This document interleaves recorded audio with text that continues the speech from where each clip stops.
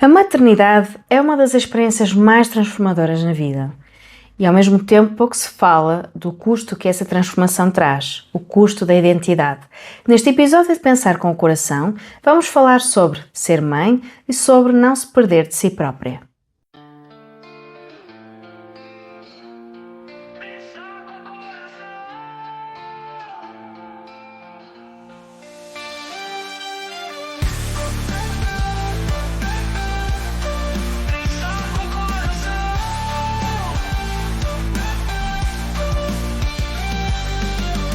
Bem-vindo e bem-vinda ao podcast Pensar com o Coração.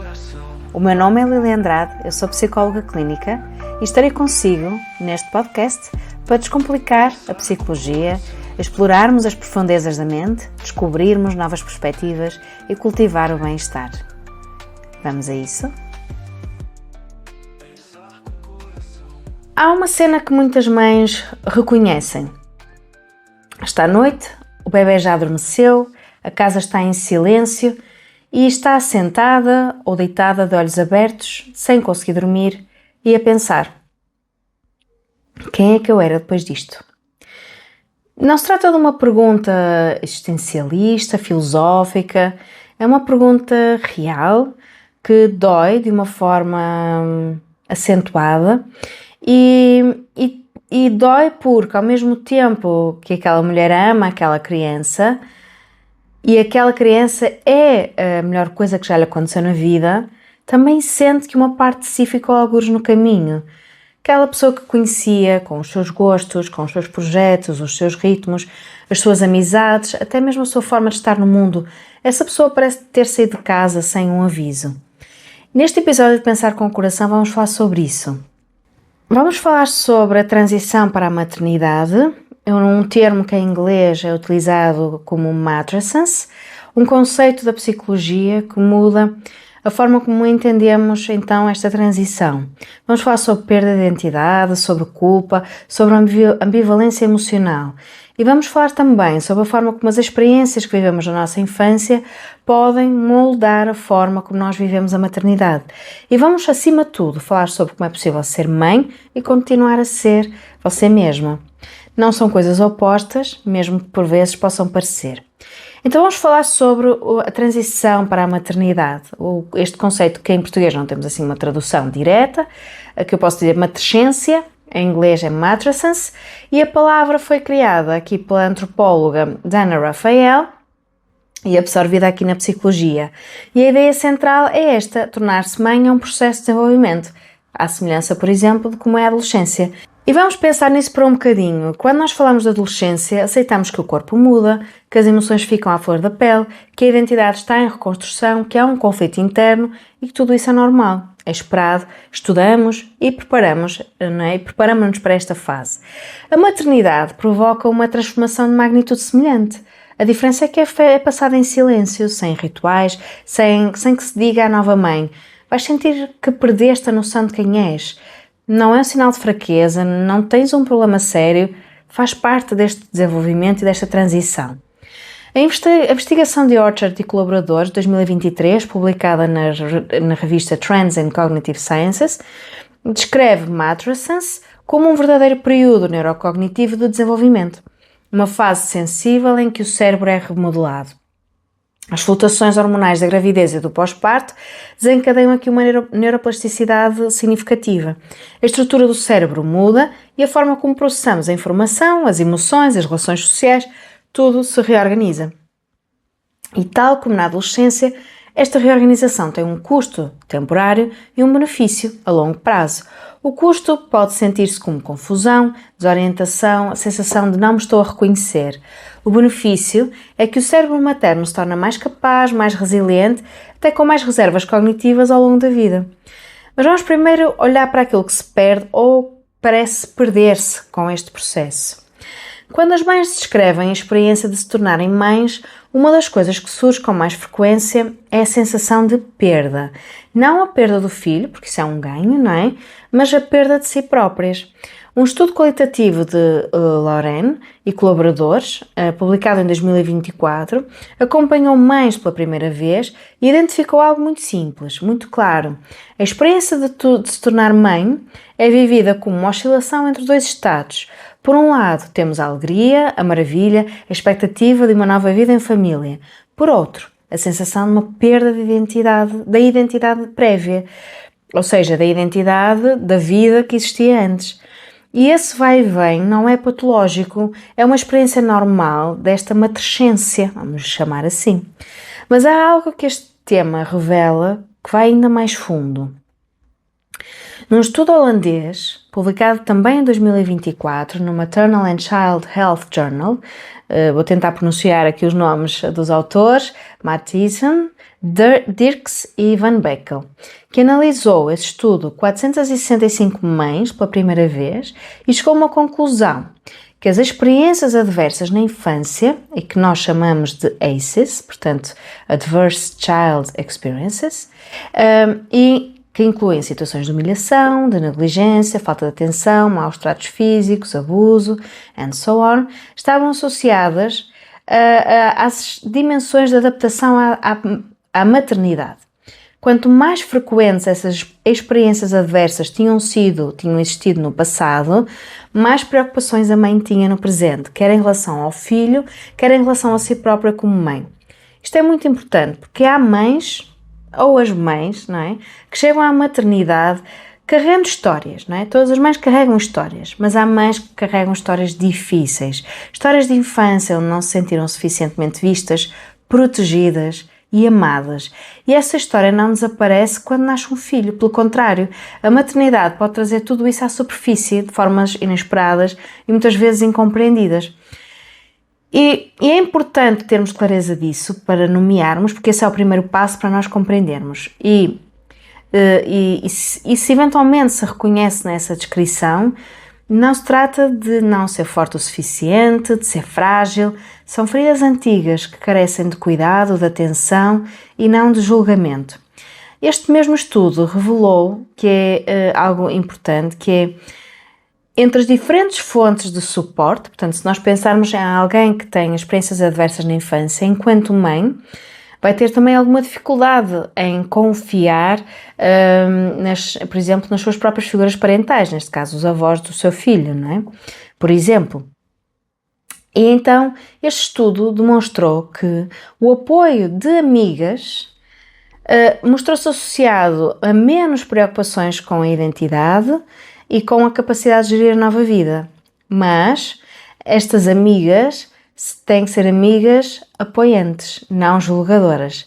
Portanto, as mães que se sentiam apoiadas pelas suas amigas tinham menos ansiedade em relação à combinação da maternidade com outros papéis e identidades que já tinham na vida. Portanto, as amigas, não o parceiro, não a família, portanto, aquelas que já passaram por isto, que conseguem ser compreensivas ou que simplesmente estão lá presentes, que não julgam e que ouvem. E, portanto, esta ideia é muito, muito importante. Um outro tema que é muito importante falar quando falamos sobre maternidade é o da culpa. Quando nasce uma mãe, nasce a culpa. A culpa materna é praticamente universal. É um facto. A investigação confirma que a esmagadora maioria das mães experiencia sentimentos de culpa de forma regular e muitas vezes diária. E a questão que se coloca é: culpa de quê? Exatamente. De praticamente tudo. De sentir que não está a ser boa o suficiente, de ter saudades de si própria, de querer ter tempo a si própria, de estar cansada, de às vezes preferir estar noutro lugar, não sentir aquela alegria constante que as fotografias nas redes sociais prometem, de às vezes olhar para o bebê e pensar, quem diz o bebê também diz a criança, quem diz um adolescente, não é? Preciso de um momento de descanso. E é uma imagem que podemos trazer neste momento, a da mãe que amamenta o bebê durante o dia, com enorme ternura, e que, a meio da noite, quando o bebê acorda pela terceira vez, sente um ressentimento genuíno e depois sente culpa por sentir esse ressentimento, mesmo que continue a levantar-se, mesmo que continue a cuidar. A culpa não é um sinal de que se é má mãe, é um sinal que está a fazer algo muito difícil, num contexto em que tem pouco espaço para ser humana. E aqui é importante também trazer um alfinetezinho aqui, que é muita da culpa materna não vem de dentro, ela nasce de fora, nasce das normas culturais, em que se constrói este ideal de mãe perfeita, sempre disponível, sempre paciente, sempre radiante, aquele glow, não é? Sempre em modo de entrega total, em que consegue, não é? Com a mãe polvo, que consegue fazer mil e uma coisas. E é um ideal que é realmente praticamente impossível de atingir, ou mesmo muito difícil de atingir, sem uma excelente rede de suporte. E que foi construído, em grande medida, sem a participação das próprias mães. Portanto, a culpa que a mãe sente não diz nada sobre a qualidade do seu amor. Diz muito sobre a qualidade do suporte que a sociedade oferece às mães. E esse suporte precisa de ser revisto, porque cada vez mais as famílias estão mais sozinhas, e se as famílias estão mais sozinhas, estas mães também estão mais sozinhas. E se estiver com um telemóvel na mão a ver outras mães a parecerem ter a vida perfeita, ainda mais pesado se torna. Um outro conceito que também está ligado a este conceito de culpa é desta ambivalência emocional. Ambivalência não é indiferença, trata-se de uma coexistência entre dois sentimentos opostos, ambos genuínos, ambos válidos. E na maternidade, a ambivalência é algo inevitável, porque pode-se amar o filho profundamente e ao mesmo tempo sentir saudades da vida anterior. Pode sentir-se grata pela experiência e ao mesmo tempo estar exausta, sobrecarregada e até ressentida. Pode até desejar que a criança adormeça e, quando adormece, sentir uma saudade imensa dela. Estes sentimentos coexistem e, portanto, esta é a ambivalência materna. Um estudo publicado também no PubMed sobre experiências das mães pela primeira vez concluiu que a ambivalência é uma das experiências emocionais centrais da maternidade inicial. Ou seja, as mães descreveram sentir-se literalmente a viver em dois mundos ao mesmo tempo. O mundo do amor intenso e incondicional e o mundo da exaustão, da perda, do luto silencioso pela vida anterior. E o que a investigação sugere com clareza é isto: não é a ambivalência em si que causa o sofrimento, é a culpa associada à ambivalência. É a ideia de que não se devia sentir aquilo que se sente, de que sentir resistência não é o mesmo que amar, porque falamos que uma mãe ama incondicionalmente. E se uma mãe ama incondicionalmente, ela não pode sentir estas coisas. E então, esta ambivalência é aqui um fator ativador de culpa. Quando conseguimos nomear esta ambivalência e dizer, ok, estou a sentir duas coisas ao mesmo tempo e ambas são verdadeiras, a situação não muda, mas a relação com a situação muda. E a ambivalência não é o oposto de amor, é a sua forma honesta. Então chegamos aqui a uma parte deste episódio que é muito importante, que é, para além de nós conseguirmos identificar e nomear o problema, depois temos que falar sobre aquilo que é possível fazer. E o primeiro passo é reconhecer que manter um sentido de si própria não é egoísmo. Portanto, reconhecer que existe um sentido de si dentro da maternidade não é egoísmo. É realmente um aspecto de saúde mental. É um fator que a investigação associa a maior bem-estar, quer para a mãe, quer para a criança. Porque se a mãe está bem, isto vai refletir-se na criança. Voltando ao estudo de Loren e dos seus colaboradores, ele mostrou que as mães tiveram uma transição mais saudável para a maternidade, não foram aquelas que apagaram a sua identidade anterior, não é? Foram aquelas que conseguiram manter uma base segura, relacional, emocional e identitária, enquanto se adaptavam a este papel. Ou seja, manter um sentido de si própria é fundamental para esta transição para a maternidade. E não significa ser uma mãe menos presente, significa ser uma mãe mais inteira. Então o que é que isso significa na prática? Então, ações. Primeiro, nomear aquilo que sente. A transição para a maternidade é um processo real e ao sentir desorientação, perda, culpa, ambivalência, já sabe que isto faz parte do processo, não é? Então, nomear o que está a acontecer para si própria e até, se possível, alguém de confiança, retire em parte este peso. Depois questiona o ideal de mãe perfeita. Essa mãe perfeita ela não existe, é uma construção cultural que serve para manter as mulheres em permanente estado de insuficiência. Cada vez que sentir culpa, pergunte: esta culpa vem de mim ou de uma expectativa que eu não escolhi? Terceiro lugar, cuide das suas amizades, não é? O tal estudo que falei há pouco, em que demonstra que o suporte de amigas não julgadoras, presentes e de escuta ativa são muito significativas para baixar a ansiedade em relação a este novo papel, a esta identidade. E há a capacidade de equilibrar a maternidade com outros papéis. Portanto, amigas que ouvem, que não julgam, que conhecem o eu de antes e que continuam a ver essa pessoa em si e que também trazem à lembrança essa pessoa.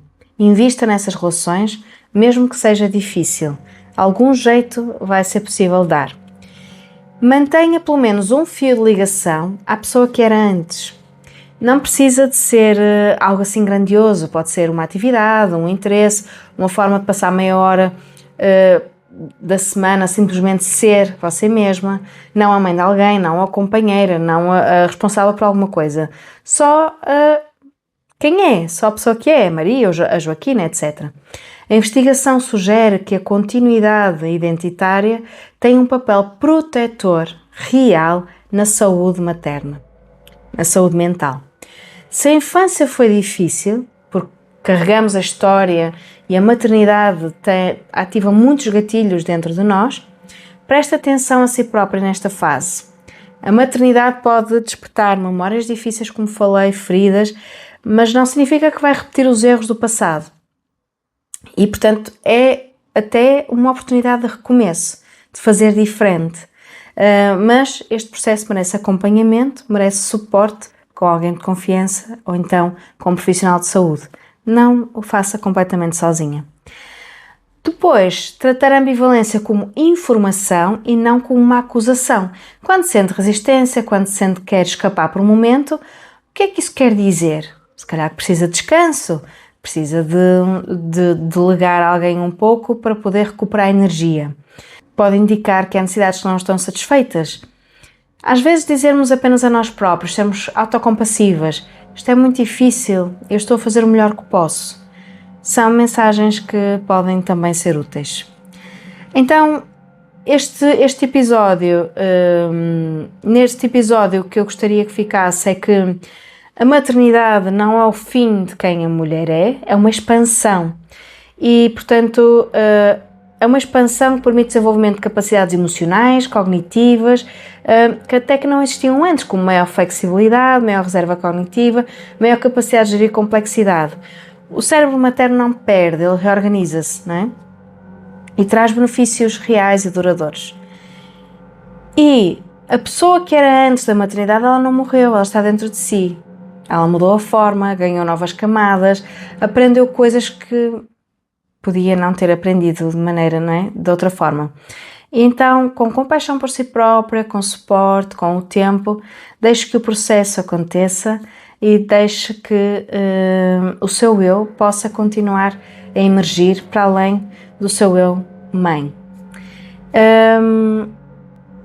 Espero que este episódio tenha feito sentido. Deixe aqui o seu comentário ou partilhe com quem fizer sentido e vemo-nos no próximo episódio e até lá, pense com o coração.